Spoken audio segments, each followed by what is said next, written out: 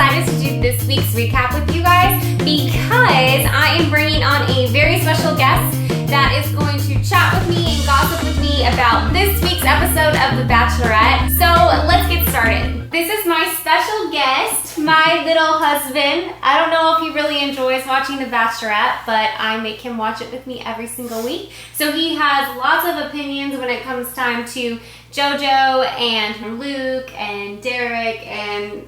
Don't you? I do. So I'm so excited to do this with him, and I hope you guys really like it. So the first one-on-one date she went on was with Wells, and I've not really been a big fan of Wells. How about you? No, he's just a little too shy, a little unsure of himself. I felt sad for him because everyone knew he was nervous. Even Jojo knew he was nervous.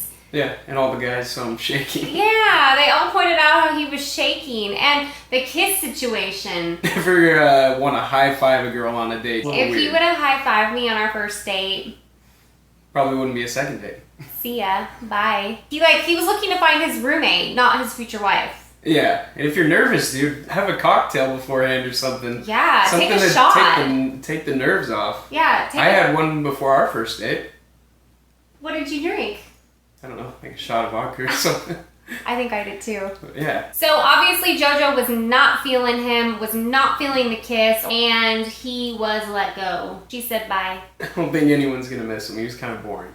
Not a lot of substance. So then they went on a group date, and Jordan was on the group date, and Alex was on the group date, and the fact that him and Jordan kept lifting up their shirts. A little douchey, a little tool baggy. If you've been playing sports for a while, act like you've scored before. But I was so glad James Taylor made that goal. He scored. They had a penalty kick challenge, so. And so whoever scored got to kiss JoJo, and I honestly wish he would have just grabbed her face and just made out with her. And I also think James is a little bit shy as well. Well, he said he was picked on when he was younger, and he wasn't the athlete or the typical guy who always got the girls, so. And that made me sad. Honestly, I wanted him to just grow some balls and really just make out with her in front of them, just to show them hey, you think you're all tough and stuff, but I got her. So the one thing that really bugged me though about James this episode was that he did throw Jordan under the bus. Now listen, I am all for Jordan not winning JoJo's heart. I do believe everything that James said was probably true. He feels like he's entitled. I can absolutely see that personality trait within Jordan. I just think that that's a bad move. I feel like everyone that has thrown someone under the bus was either kicked off that same night or the next night. It's kind of a desperation move. It's desperate. It never really works out in that person's favor. Or at least as long as I've been watching with her. He watched it before me. I did not. Yeah, you did. No, I didn't. Yes. You guys saw how pissed off Jordan. I would be pissed off too. If someone was trying to throw me under the bus, I would be so mad. And then he defended himself and said he hasn't said anything about anyone behind their backs. I think whatever he's had to say, he was a man about it, and he said it to that guy's face. From my point of view as a man, James is a little catty. Like a little rat. Yeah, let's just say you don't get far when you're a rat. Yeah. But I still do agree with James. I totally get that vibe. And Jordan, you are a nobody. Your brother's the somebody. Ooh. Sorry, dude. You never played a pro snap. I didn't say it. I would know. I loved that Luke got the rose though from that date. Luke says all of the right things, and he's always all over her, touching her, grabbing her, making out with her. I mean, they're always so close that it makes me nervous to watch. They already have it. That chemistry, that love connection. There's a lot of passion. There's so much passion. It's like watching a softcore porn. Maybe you need to just give it on. Yeah, I just feel like that. What are those dates called? Where the overnight? The fantasy suite. Fantasy suite. See, he knows way more than I do. So that fantasy suite date, I can only imagine. It's gonna get hot. It's going down. So there was another 2-on-1 date, even though she already had one this season. She decided to do one more, and it was between Derek and Chase. I really, really was rooting for Derek. They were initially picking on him because he was a threat, and they maybe want to throw him off his game or get in his head or something. Guess what? I think they did. I think they did. Chase definitely said some crucial, key words that really sealed the deal for JoJo, and I can understand. What did Chase say? I'm not gonna stop until I win, or I'm with you. I'm not gonna stop until I'm with you.